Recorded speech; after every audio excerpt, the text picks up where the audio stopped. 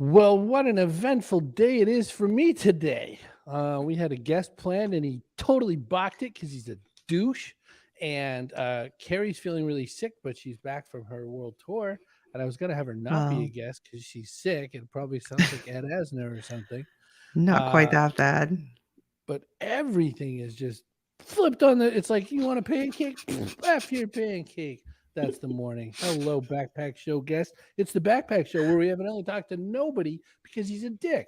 So, hi, Kerry. Good to see you. Welcome back from vacation. How So was good it to be out here. under down under? Oi, was it fun? Eh? Yes, Mm. it was very fun. I'll happily tell you all about it. But first, Are you there should play our new wombats and intro. wildebeest? I need to know all the things. We're gonna have a Backpack Show where everybody joins us today to make up for the cock that didn't show up today. Oh my.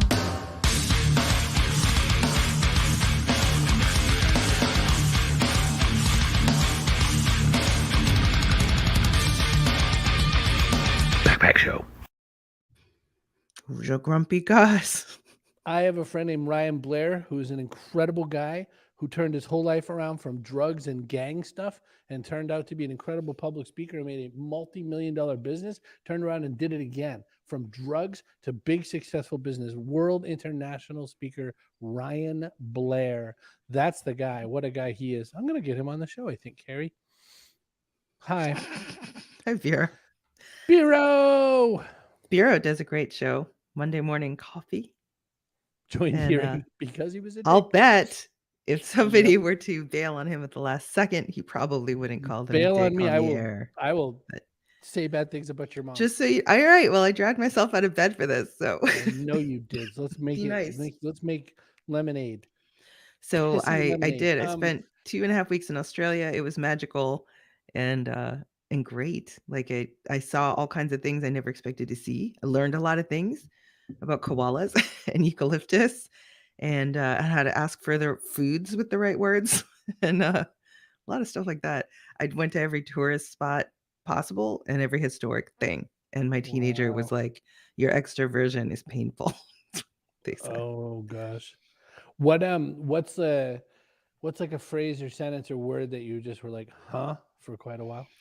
Well, so I kept asking for coffee with cream and I kept getting coffee with ice cream or whipped cream. And I was like, that's not right. And finally figured out they don't do half and half or whatever, apparently. So you're supposed to ask for milk, like full cream milk. So I was like, okay, seems like a good guess. And then there was ketchup. There was no ketchup. It was tomato sauce. Right. I was like, okay, I got this.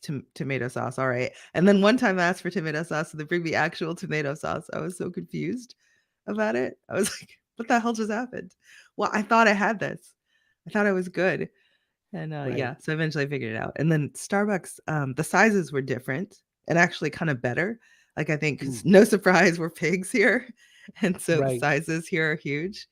And I learned that. But yeah, I mean, that was what I learned, like food wise. That and after a couple days, when you get used to not having your food full of sugar and fat like pumped into it and salt and stuff, it's like it tastes marvelous. So like actual food. And it was great. Oh, and the Opera House in Sydney, it's like a sculpture. I don't think I fully appreciated that it is in and of itself like a big piece of art in which you perform pieces of art. Hmm. It's something to see. So worth the trip. That sounds lovely. Yeah, I loved it. That's lovely. Um, Bureau says pardon or excuse you. He wouldn't, I'm this is guessing he like the. wouldn't. Do you remember the first day Leslie doesn't LinkedIn like your Live took language us on? either. Do you remember the first time LinkedIn Live took us on? That day was when we had our was a dominatrix or a sex ed instructor. I think it was It sex ed, was right? Dr. Sunny. Dr. Sunny made it all better. Yeah. Listen, when you were talking about ordering the coffee with cream or whatever, that Yeah. totally made me think of Nate Bargatze. Hey, I'm gonna go out and see that lady. My I'm my jealous, my but I dad's can't see her wife. now Hang because on, I'm I'll sick. show you. Let's see if I can get it to run. Share tab audio. Sure, I I will. want to go see. All right, listen. Ready? Now I drink iced coffee with cream. That's all I change it to. I'm tired of saying milk. That's all. They kept giving me milk with ice. So I was like, I'm going to say cream. You know, they can't do cream with ice. That's against the law. So I I'll get rid of feel the like they do. that I have. And I've only been drinking coffee for maybe 4 years, not very long. I only order this one little drink. I get very nervous when I order coffee because it's a whole world and I don't know the world. You know, they always ask me a bunch of stuff. Like they're like, what kind of cream? I'm like, just please do it. Just do it. You know, sometimes they're like, you want heavy cream or half and half? And I'll go, I'm sorry, I'm not taking questions right now. So you could just do whatever you think it is. And if it's wrong, I won't even tell you. How about that? I will walk out of here that that's exactly what I ordered. I will go outside, I will throw it away and go try again in a different Starbucks. You're so fussy too. So I can see why that's, you like him. I feel you when you were saying you couldn't get exactly what you wanted. I mean, it's not that hard. I just literally How hard could I it be? gave up. Well, you know what I decided was sort of like when in Rome, I just went, I'll get a flat white, see what it tastes like here. Like I'll try other things. Then I get it home. Makes sense. I didn't go to Australia to eat at the same places. Right. So or eat the same things.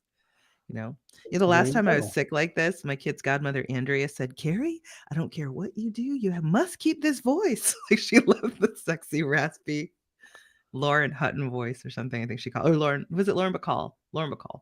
Lauren McCall, I think. She said I had to keep it. Yes. So keep it. Just drink come coffee join us in the black, studios if and you it want. isn't a problem. Says Chip. Come join us in the studios if you want. cbrogan.net/join us. cbrogan.net/join us. Here's what You you are can not read that. allowed to do. You're not allowed to come in and then be like, I don't know what this is, and then leave. Yeah. Where am I? Am I at the bank? He was like, What? Maybe he's still on Oxy. Bureau So- says, that's why I drink black Americano with no sugar, the same everywhere across the world. So Bureau, my biological father and his wife both told me the same thing. If you just get black coffee, they can't mess it up. So, hey, Bipasha. Good I to feel see like you. they can, though. Do you ever get that like last cup in the pot or something? Or like the Of first course. cup after they wash the machine? Like there's always, No, my I have God. experienced every problem it is possible to experience. Well, my mom orders decaf everywhere we go, which basically gives you the last cup in the pot because they make one pot of decaf, 8 days ago, and they say, "How's this?" I'm with your mom, though. As a rule, I drink decaf because it's better for your hydration, especially when traveling. Let's say. So I have at home, I have like decaf teas and stuff. Well, I think we've solved coffee today. Black Good. espresso. You know what else Black you could do? espresso You or could get Americano?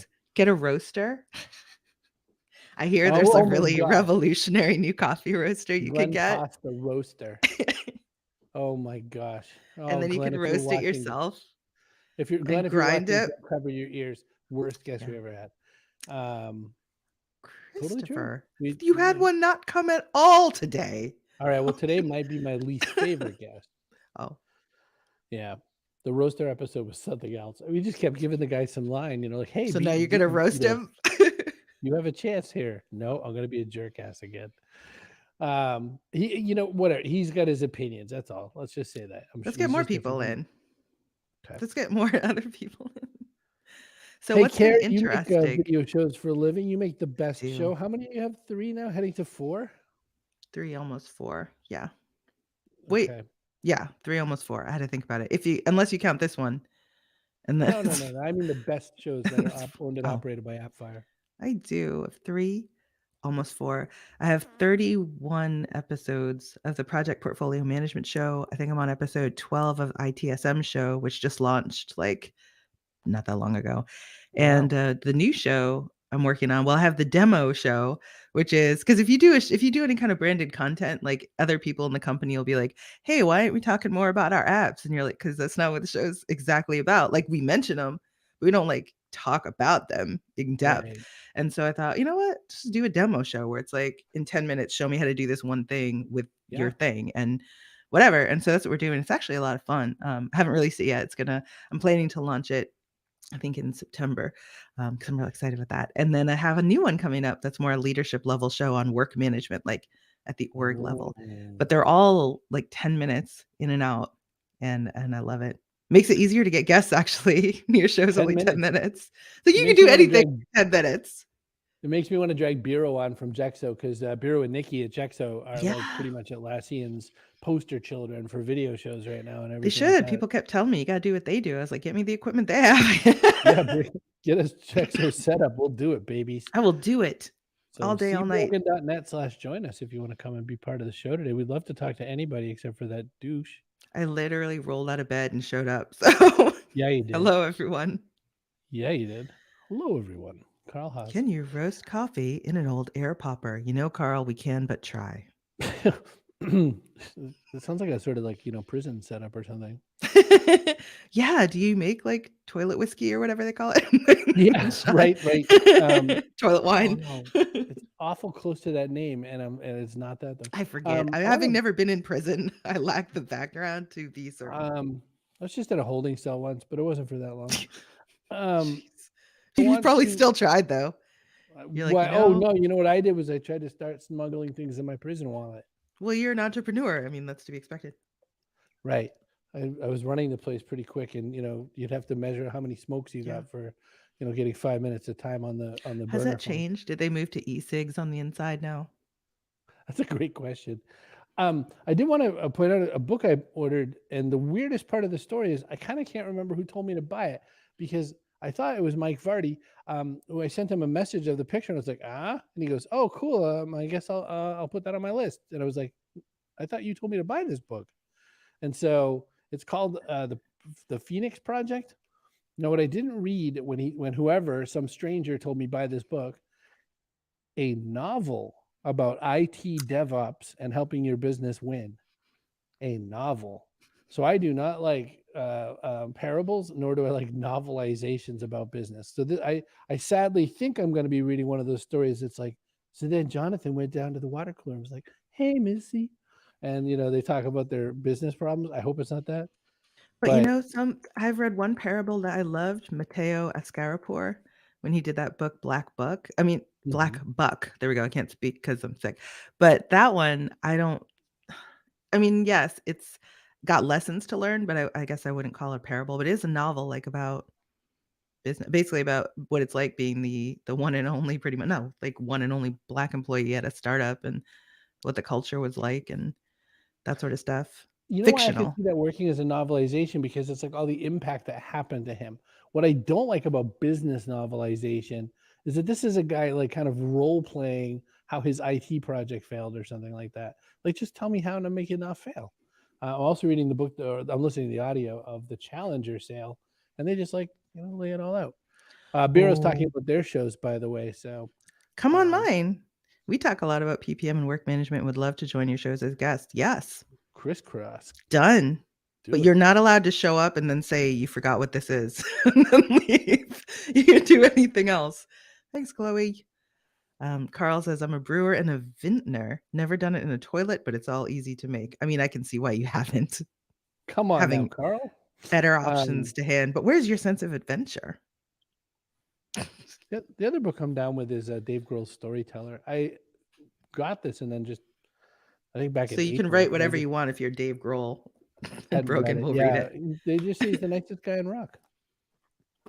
Boy, our reading habits could not be more different. Like, I have a whole bunch of ridiculous fiction stories. I mean, they're not ridiculous like bad. I love them. But I'm reading about these librarians that investigate supernatural stuff and occasionally find themselves in mortal danger, and also are gay lovers. It's like amazing book. All over. Well, I mean, that's because I live that, so I don't want to have to read the book. There's a whole series. So I started reading books that came later in the series. So these are, I want to say it's Jordan Hawk, and they're all about this town called Wittershins, which is basically like, I think it's like Salem, Massachusetts. So supernatural, like energy and whatever, and the historic town and all this stuff.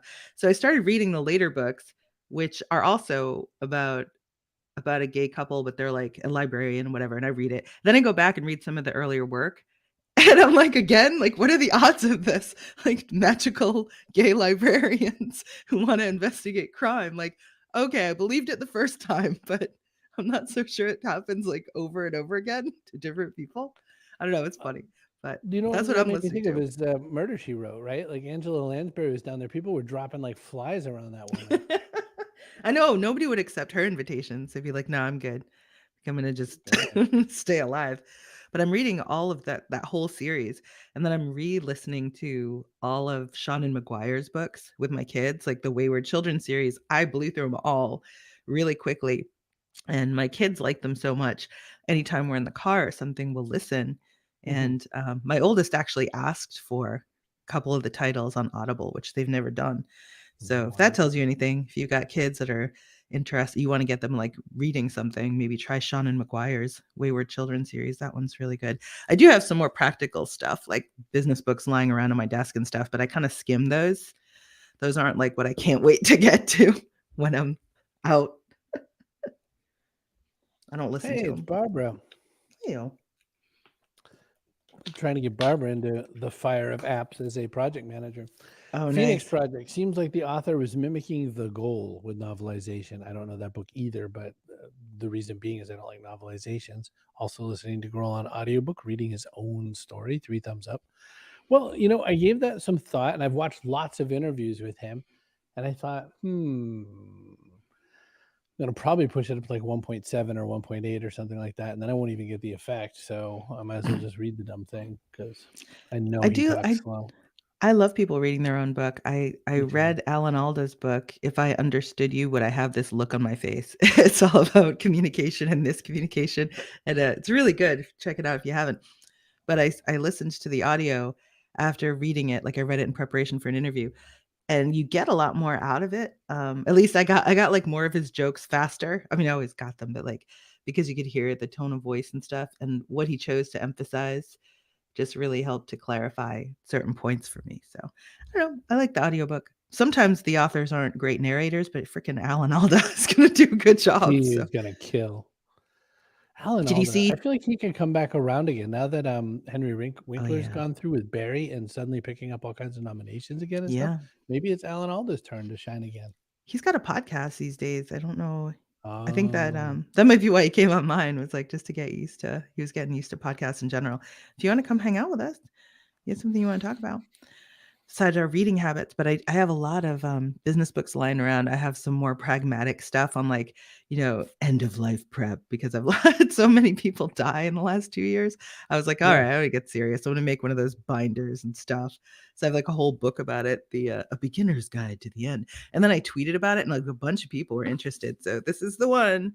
You need it. It has like all the things nobody ever wants to talk about in this book. Wow. What to expect, how to prepare, decisions to make at each, different stage and stuff like that. So really valuable, and it helps you know what to put in your binder so that your loved ones aren't like digging around sticky notes on your desk looking for your passwords and stuff. You know what that makes me think of, by the way? That makes me think of if you ever wanted your own .online domain. You just go to cbrogan.net/online and you can put in the code Chris in all caps and you can get. Oh my God. Yeah. Yep. cbrogan.net/online. I bet somebody who really loves you and knows that you hate to make these kinds of things made that for you when you changed your short link. Get your domain. Yeah. So yeah, very much someone who loved me made these things because I can give them a shirt. Hey, you can go to castos.com if you want to make your own true crime podcast about Cabot Cove. I'm glad that Chip and Leslie corrected me on that because in my head I was like Hedgehog Hollow and Bristly Burberry Banks or whatever. Castos.com is a great podcasting host platform. They're super great. Hey, not sure you remember the name of that book that Kerry was waving around? Just go to presearch.com. You can look it up. A beginner's guide. A beginner's guide to the end. Yeah. Put it right in. I mean, it's not what you call an upper, but it is very valuable. Yeah. It's just, if you see dead people. Hey, you want to make your own show? I can guarantee you'd make a better one than today because, boy, did I start off grumpy. Still grumpy. You can make one. Just go to StreamYard.net, cbrogan.net/StreamYard, and you can look at the curvy duck, and you can get yourself a show. Something like hey, that. Chip's back. He says Alan Alda could do a mashup project. Oh. Get it? And Steve thinks that Chip's just kissing up because he wants a free apple. He wants to be person of the day. Mm-hmm. I mean, who doesn't love apples? I mean, how about them apples? I think that's what Matt Damon said. Yes. I was thinking about Matt Damon recently because there was my dad was so convinced that he had to be really, really smart in order to play Will in Good Will Hunting. He's like, no, you have to be somewhat smart to even deliver that dialogue. And I was thinking there might be something to it because I recently saw like a little piece of that John Travolta movie. Shoot, what was it called? Where he's supposed to be like some kind of crazy genius because he has a tumor in his head or something. Phenomenon, maybe. Anyway, and I'm like, yeah, I don't believe you when he started talking like he was really smart. And I thought, all this time I thought my dad was wrong, that acting is acting and you're just lying and it's anybody can do it. And then I watched John Travolta try to be a genius and I was like, okay, you're right. You're right. Although I always loved on the movie Team America the way they depicted Matt Damon. He could only say his own name, Matt Damon. I mean, it's like Pikachu, but evil. So, but no, I think I just rewatched Apple Talented tags. Mr. Ripley. Apple tags. I watched the Talented Mr. Ripley the other day again with Jude Law and Gwyneth Paltrow. So Oh it's a fine wow, feature film. that's an oldie. I watched some Yeah. stuff on the plane that was pretty like. I mean, it's amazing what you'll watch after 10 hours on an airplane with no sleep. I watched the Downton Abbey movie, and I was like, wow. It was a How'd you movie find that? about so they have a screen back thing. They didn't have Wi-Fi, so it was like a 14-hour flight with no Wi-Fi, which was fun. And then they had like power for all your devices, and if you downloaded stuff, you're all good. If you didn't, they had a screen on the back of the seat that was really good size and it displayed like all the things you could watch. And one of them was the Downton Abbey movie, and I was like, okay, I guess I'll check it out. Not because I didn't have stuff, but I'd already watched Morbius. And what else did I watch? I can't remember now. But anyway, I'd watched the stuff I had that I felt like watching. So I gave it a chance. And it was actually very soothing. And I sort of dozed. All right, now we're caught up with Kerry's consumption on it. the plane. I want to mention a comment about the Morbius movie, by the way. So I don't know if anyone knows this, but Sony Pictures owns the rights to Spider-Man and all the subsequent Spider-Man characters. So they released a movie called Morbius, which is about a living vampire with Jared Leto. It was already in trouble. Like it took the entire pandemic to release this movie. They kept putting it off and putting it off and putting it off. You can When it really finally tell came why. out, it didn't do exactly well. And then somebody somewhere made a dumb meme saying that his favorite part of the movie is when Morbius screams, "It's Morbin time," and that then suddenly people were Morbin, and that's to steal from the Thing, Ben Grimm from Fantastic Four, who used to yell, "It's Clobberin' time."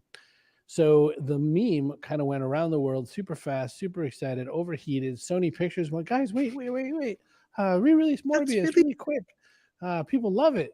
And they time did, is now. and they made $8,500. Was it? I thought it might be 1,500 screens. So I haven't done 8,500 divided by 1,500, but it's not a lot. It's like $11 a screen or $8 a screen. I don't even know. It's like they sent one person to each thing just to make sure it wasn't nobody in there. It's probably what it is. So Carl says his mother had a binder of all her stuff when she died, and it was really helpful. Accounts, legal docs, end of life desires, etc. Such a great gift to give your kids. They don't have to fight or figure stuff out. I agree. Nobody did that. Nobody in my family did that. So I mean, I don't speak from personal experience, but I agree with the idea. It's a toughie. Wow, no one wants to be our guest. Remember when we had a show and people would come on it? Oh, don't you be fussy. Nobody was expecting to. If you would like to, you are welcome to. They might be scared because you're like a little prickly. Maybe they're worried. But no. I'm in a mood. I could be a hostile host. You never know.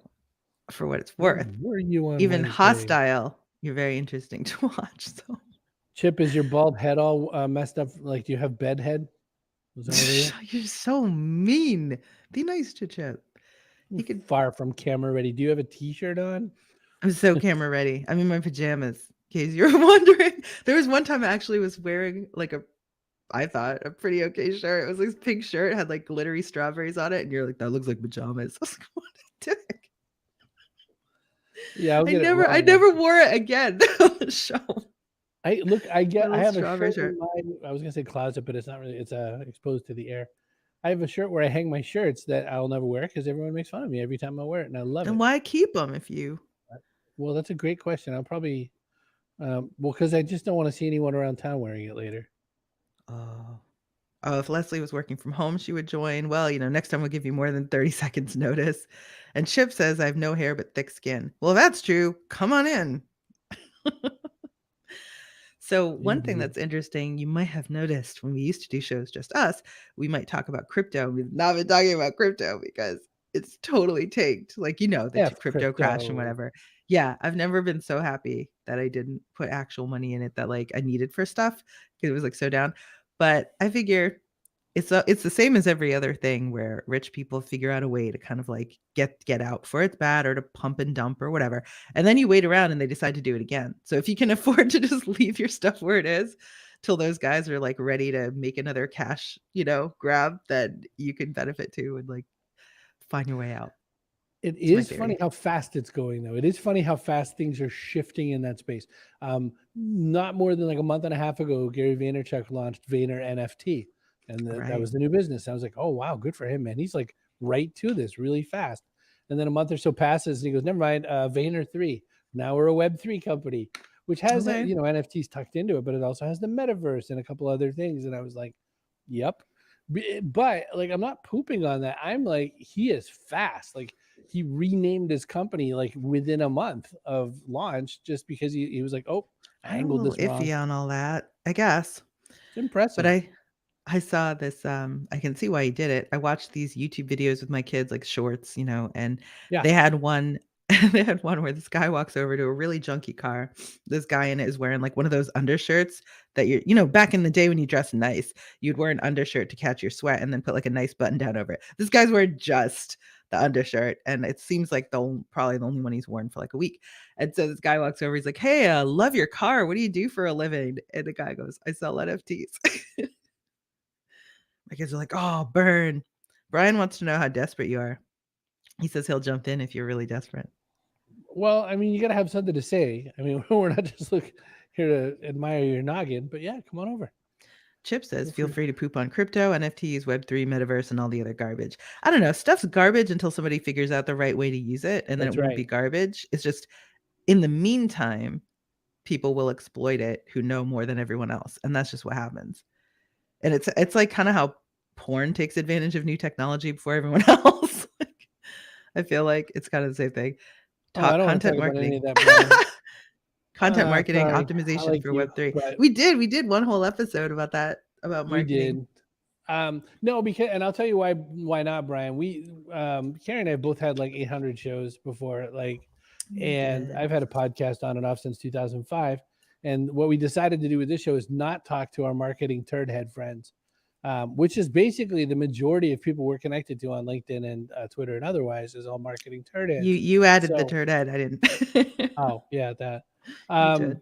So we, because everyone has that show and everyone talks to everyone and it's a big circle. So Not I like didn't pick there's up on not it. lessons to be learned. I mean, we have Jesse Cole coming up next week with the Savannah Bananas, and he's been doing some amazing things over there. It's like he's been at work for years, and I've noticed that he sends handwritten thank you notes every single day to some assortment of people who in one way or another have helped him, whether they realize it or not. Like he might read one of your books and then send you a handwritten thank you note, for the lessons that taught him and stuff. He's been doing it literally for probably like at least 10 years. And now people are suddenly like, he's all over the place because now finally mainstream media has picked up on all the things he's doing and the amazing success he's having with this like little baseball team in a city that had no interest in baseball before he came, like none at all, couldn't support a franchise. And he did all this crazy stuff, made a circus where a baseball game breaks out, tried a different game that wasn't even technically baseball. I forget what they called it. Banana ball, I think, probably. Banana ball, I think. Yeah, probably. It did all this great stuff. So he breaks world records. Like he'll engineer, the most people wearing banana costumes at the same time in the same place or something, just to have like some newsworthy thing. He does not pay for advertising ever. He does not pay for PR. He just waits for it to find him. And so all these people that are, if they dare call him an overnight success, I will be right there. I'm like, no, I stand Jesse Cole because he has been doing the work for years. So there's a lot to learn from him, all of which to say we talk about, valuable lessons about success. Sometimes it's And that's the thing. I marketing. might be missing that by not grabbing Brian. He might go, oh my gosh, have I got the coolest marketing story you ever did here? But I don't think so. The baseball games are so funny. I like the banana nanas, but so this is Fans First. I think this is the new book. That's his first book. Yeah. No, the other one was Find Your Yellow Tux. Oh, right. This is the new one. That's the new one. So this is about creating like a fans first experience, and they really do it. I mean, every single piece of that experience when you go to a game there is designed and thoughtfully, created to bring you surprises and amazing things that are going to make you happy in ways you didn't expect. So what do they say? Memories that are sticky, either like because Yeah. you're not expecting what happens and it's very positive, like that kind of sticky memory. All of them. He's very sticky. There's some legitimate projects using Web3 for good, says Brian. And Carl says, Dean, I don't know that movie, but we definitely need more national conversations, always more insight and shared understanding. Oh, Everything Everywhere All at Once. That's the movie Dean mentioned. I don't It's a think there are fine enough feature film. mind-altering substances on Earth to make that movie make any sense. I hate to say it, but I loved it. It's I one of loved my it. top 3 movies of the year. I loved it. I mean, you do have to, like with the Wittershins books I'm reading by Jordan Hawk, you do have to suspend disbelief to a point and stop asking questions about how many librarians one small town can support, given the funding or lack thereof, things like that. But if you can get past questions about the drug distribution system for for the multiverse, I found it very enjoyable. Yeah. No, Everything Everywhere All at Once. One of the things that the maker said, what are they called? They're called like the Dennis brothers or the Kevin brothers or something. They're both have the same first name, and I think they call themselves brothers. I don't think they're brothers. One of the things they said in making the movie was, there's all these movies where someone might have some kind of special power, and when they activate the power, there's like some cool way that they do it. And they said, we thought it'd be the funniest thing in the world. They had to eat like half a stick of chapstick to get the power. They said, that was it. There was a whole, why does he eat chapstick? No reason. Just we thought it was funny. Why is there an entire fight with a fanny pack? Because fanny packs are dumb. It's just True. that. And But no, those parts there of is the a movie, reason. the movie's discountable in that way in those parts, but it all feeds the everything bagel theory. It all feeds the, who turns out to be the kind of villain, quote unquote, of the story. Like, it's certainly not a Marvel movie. I think It was it better, I seems, thought, than Doctor Strange Multiverse of Madness, though, yeah, didn't you think? definitely. Hot And I think dog it fingers does. and all. Well, that did feel self-indulgent a little bit, but I think that's the idea, is that they're trying to show that the further away you get from kind of like your core universe, the wackier things will seem to you. But like those people, they're anchored over there. So to them, looking into our universe would be, the same. They'd be like, that's ridiculous. Like, how do they even, how do they do things with their feet? They don't do nothing. Like that's what it is. It's all about perspective, I thought. And every wacky thing they do, the more like out of character, unpredictable it is, the further they're going to go from where they're centered, I feel like. But I don't know. You could like get a headache trying to figure that stuff out. And so I usually don't. Like, I couldn't figure out when I saw Wolverine. It wasn't Wolverine. It was one of the X-Men movies, and I forget which, where he gets like shot in the head and his brain like grows back and he's fine or whatever. And I was like, like shenanigans, because you would get your brain back, but it wouldn't have all like the folds and wrinkles and things that come from experience that have like drawn in your memories. So I had a problem with that. But usually I try not to think about it. Try to overthink my movies. Hot dog fingers. The two notwithstanding. Daniels were the name of the two guys that I was trying to think of that I couldn't even remember. Oh. But the other guy who is in there that's kind of interesting is James Hong, who was born in 1929. He's like 94 years old or something. He's like a that. legend. He's such a legend. And he kicked butt, and he got his first star on the Hollywood Star Walk of Fame. Well, it's about freaking time, honestly. Until you learn that that's just a pay-to-play project, and it's just sad like that. Is it? That makes me sad. Yep. I didn't know That's how that. You every ruined star it for is me. on there. I mean, it's nothing I'm ever gonna have to worry about, except maybe now. Can I pay? Who do I pay? Well, that's how like people like like the Stranger Things cast have it, but like Anthony Edwards doesn't. Do they take crypto? That's a good question. We got some backpack coins just burning a hole in our pocket. This episode of Backpack Show and other ones that we have to do on the fly because someone has dropped out or something, they're like a box of chocolates. You never know what today some of your get. chocolates had poop on them. So Oh, I love chocolates. Philip Ashley Ricks, too busy for us now, but dang. Those chocolates were super great. I had a couple. Barbecue flavor, blue cheese. I don't even like blue cheese, but that blue cheese chocolate, holy moly. Wonder Woman was my favorite, though. It was like this pomegranate flavor, sort of. And I forget what else was in it. Doesn't matter. But it was so, so good. And I want more. You have to wait a bit to get it because it's like really popular. Bourbon That's kind of worth one was pretty good for me. Hey, I got an idea. You need a An person of Oh, and here's our person of the day. Kaboom!